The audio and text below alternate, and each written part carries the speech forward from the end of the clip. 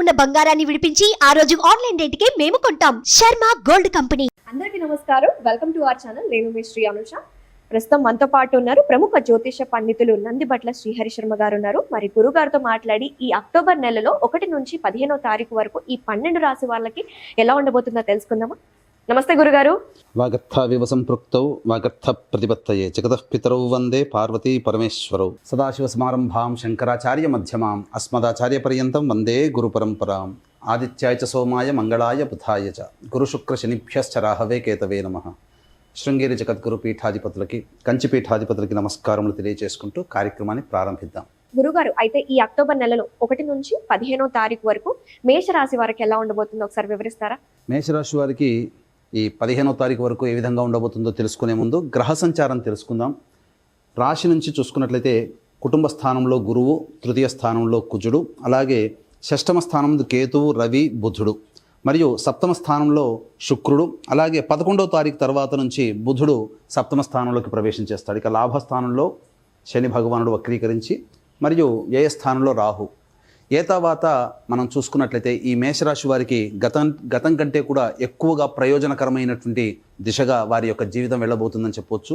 అన్నింటా శుభ సమయం అనేటువంటిది మీ ముంగిట నిలుస్తుంది. ఇక ప్రధానంగా గమనించుకున్నట్లయితే గతంలో వచ్చినటువంటి ఇబ్బందులు ఏవైతే ఉంటాయో అవన్నీ కూడా ఈ అక్టోబర్ 15 లోపల మీరు పరిష్కారం చేసుకోవడానికి గ్రహ సంచారము అనుకూలంగా ఉన్నటువంటి సమయం, అలాగే దైవబలం అనుకూలము, అలాగే గ్రహ సంచారం కూడా అనుకూలంగా ఉన్నటువంటి కారణం చేత ఈ మేషరాశి వారికి అన్నింటా యోగదాయకమైనటువంటి పరిస్థితి ఉంటుందని చెప్పవచ్చు. పైగా సూర్యగ్రహణ ప్రభావము ఈ 2వ తారీఖు రోజున ఏర్పడబోతుంది. అయితే ఈ మేషరాశి వారికి సూర్యగ్రహణ ప్రభావం వల్ల అనుకోకుండా ఆకస్మికమైనటువంటి యోగదాయకమైనటువంటి పరిస్థితి గోచరమవుతుంది. కాబట్టి ఏ విధంగా చూసుకున్నప్పటికీ కూడాను ఈ యొక్క మేషరాశి వారికి శుభయోగమే అధికంగా ఉంటుందని చెప్పవచ్చు.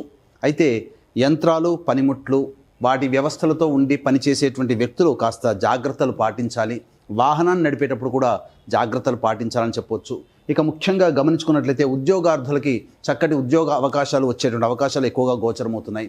వ్యాపార రంగంలో ఉన్నటువంటి వారికి అధిక రోజులు గ్రహ సంచారం అనుకూలంగా ఉన్నటువంటి కారణం చేత వారికి వ్యాపారము చాలా గొప్పగా జరిగేటువంటి అవకాశం ఉంటుంది. కాబట్టి అన్ని విధాలుగా నూతనముగా ఏవైతే ప్రణాళికలు చేపట్టాలని అనుకుంటారో వాటన్నిటికీ కూడాను ఈ మేషరాశి వారికి అక్టోబర్ 1వ తారీఖు నుంచి 15వ తారీఖు వరకు శుభ రోజులుగా చెప్పబడి ఉన్నది. కాబట్టి వ్యాపార విస్తరణ కావచ్చు, లేకపోతే ఇతర బ్రాంచ్లు ఏర్పాటు చేయడం కానీ, లేకపోతే ఇంకా పెట్టుబడుల రూపంలో ఇంకా ఏదైనా కానీ మీరు సాధించుకోదలిస్తే ఇవన్నీ కూడాను అనుకూలమైనటువంటి సమయంగా మేషరాశి వారికి చెప్పవచ్చు. అంది వచ్చినటువంటి అవకాశాలని మీరు చక్కగా వినియోగించుకోగలిగినట్లయితే ఈ మేషరాశి వారు అన్నింటా యోగదాయకంగా ఉంటుందని చెప్పవచ్చు. ముఖ్యంగా నిరుద్యోగస్తులకి ఉద్యోగం లభించే అవకాశం ఎక్కువగా గోచరమవుతుంది.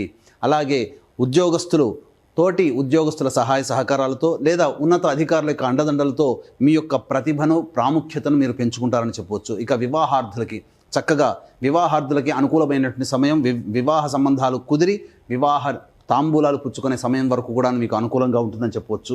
ఇక లాభస్థానంలో శని వక్రీకరించి ఉండడం, ద్వితీయ స్థానంలో గురువు, అలాగే లగ్నాధిపతి, రాశ్యాధిపతి అయినటువంటి కుజుడు తృతీయ స్థానంలో, విక్రమస్థానంలో, శుభస్థానంలో ఉండడం, షష్టమందు రవి, ఇన్ని రకాలుగా సప్తమందు శుక్రుడు మరియు బుధుడు కూడా రేపు 11వ తారీఖు నుంచి ప్రవేశం చేస్తాడు. కాబట్టి మోస్ట్ ఆఫ్ ద ప్లానెట్స్ 9 గ్రహాలలో అనుకూలమైనటువంటి రోజులు, అనుకూల గ్రహాలు ఎక్కువగా ఉండడం చేత ఈ మేషరాశి వారికి ఆనందదాయకంగా ఉంటుందని చెప్పవచ్చు. ఇక ముఖ్యంగా గమనించుకున్నట్లయితే ఏ రోజు ఏ విధంగా ఉండబోతుందనేటువంటి విషయాల గురించి తెలుసుకున్నట్లయితే 1వ తారీఖు రోజున ప్రధానంగా గమనించుకుంటే ఈ 1వ తారీఖు రోజున మీ యొక్క ఆరోగ్యం పట్ల జాగ్రత్త వహించాల్సినటువంటి పరిస్థితి. కాబట్టి మీరు చేస్తున్నటువంటి పనులలో ఒత్తిడికి గురి కాకుండా చూసుకున్నట్లయితే మంచి రోజులుగా చెప్పవచ్చు. ఇక 2, 3 తారీఖులు, 4, 5, 6 తారీఖుల్లో చూసుకున్నట్లయితే ప్రధానంగా ఈ యొక్క మేషరాశి వారికి రాని బాకీలు వసూలు అవుతాయి. 2, 3 తారీఖుల్లో ధనాదాయం చక్కగా ఉంటుంది. శత్రువులు కూడా మిత్రులుగా అయ్యేటువంటి అవకాశాలు ఎక్కువగా గోచరమవుతుంటాయి. చిన్నపాటి సమస్యలు ఉన్నప్పటికీ కూడా వాటిని పరిష్కరించుకొని విజయం దిశగా మీరు ముందుకు వేస్తారని చెప్పవచ్చు. ఇక 4, 5, 6 తారీఖుల్లో మీ జీవిత భాగస్వామి తీసుకున్నటువంటి నిర్ణయం కావచ్చు, వ్యాపార భాగస్వామి తీసుకున్నటువంటి నిర్ణయం వల్ల కావచ్చు, మీకు అభివృద్ధి పదంలో ఉంటారు.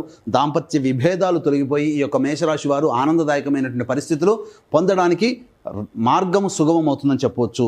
ఇక 7, 8 తారీఖుల్లో మాత్రం గమనించుకున్నట్లయితే ఆరోగ్యం పట్ల శ్రద్ధ వహించాల్సినటువంటి పరిస్థితి, అలాగే ధన నష్టం కూడా జరగబోతుంది. అలాగే మీరు ఇప్పటి వరకు ఈ 7, 8 తారీఖుల్లో ఏదైనా కానీ మీరు ప్లాన్ చేసుకున్నట్లయితే, అనగా ఖర్చుల విషయంలో ఏమైనా ప్లాన్ చేసుకున్నట్లయితే వాయిదా వేసుకోవడం మంచిది. ఎందుకంటే ఈ 7, 8 తారీఖుల్లో ఆకస్మికమైనటువంటి ఖర్చులు గోచరమవుతున్నాయి. మీరు ప్లాన్ చేసుకున్న ఖర్చులు ఆకస్మికంగా అయ్యేటువంటి ఖర్చులు తోడై ఇబ్బడి ముబ్బడిగా మీకు సమస్యలు అధికంగా ఉండేటువంటి అవకాశం ఉంటుంది. కాబట్టి జాగ్రత్త వహించండి. ఇక 9, 10, 11 ఈ తారీఖుల్లో కనుక గమనించుకున్నట్లయితే మీ యొక్క సంతానముతో విభేదాలు ఏర్పడేటువంటి అవకాశం ఉంది. కాబట్టి జాగ్రత్తలు పాటించండి.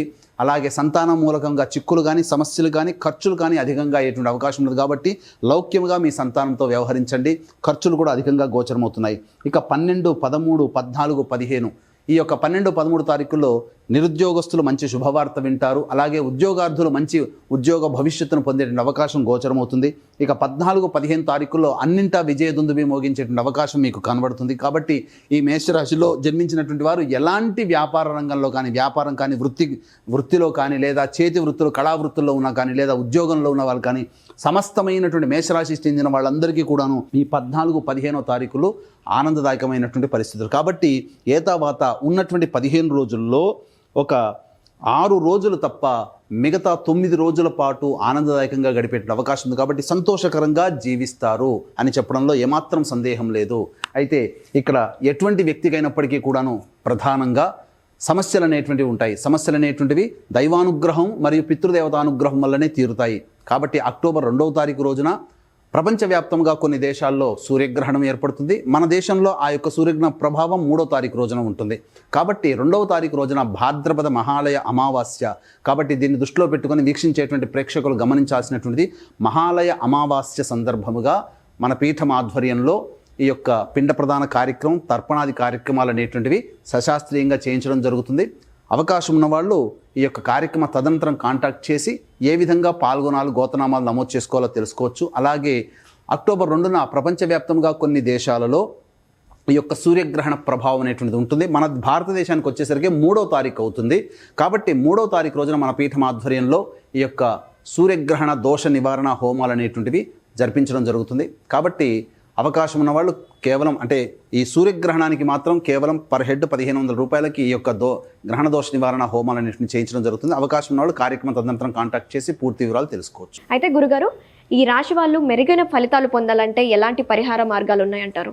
మేషరాశి వారికి గ్రహ సంచారం అనుకూలంగా ఉంది, దైవబలం అనుకూలంగా ఉంది. కాబట్టి ఎక్కువ రోజులు అనుకూలంగా ఉండేటువంటి సమయం. కాబట్టి మిగిలినటువంటి 6 రోజులు అనుకూలంగా లేని కారణం చేత ప్రధానంగా వీరు ప్రతిరోజు లక్ష్మీ నృసింహ కరావలంబ స్తోత్ర పారాయణం కనుక చేసినట్లయితే తప్పకుండా వారికి ఉన్నటువంటి సమస్యలు అనేటువంటివి చాలా చిక్కుముడి విడిపోయినట్టుగా సమస్యలు మీ నుంచి దూరం అవుతాయని చెప్పడంలో ఏమాత్రం సందేహం లేదు. అంటే ఇది ఎన్ని రోజుల వరకు చేసుకోవాలి?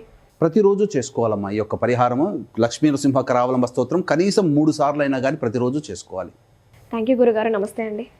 సర్వం శ్రీ ఉమామహేశ్వర పరబ్రహ్మార్పణమస్తు.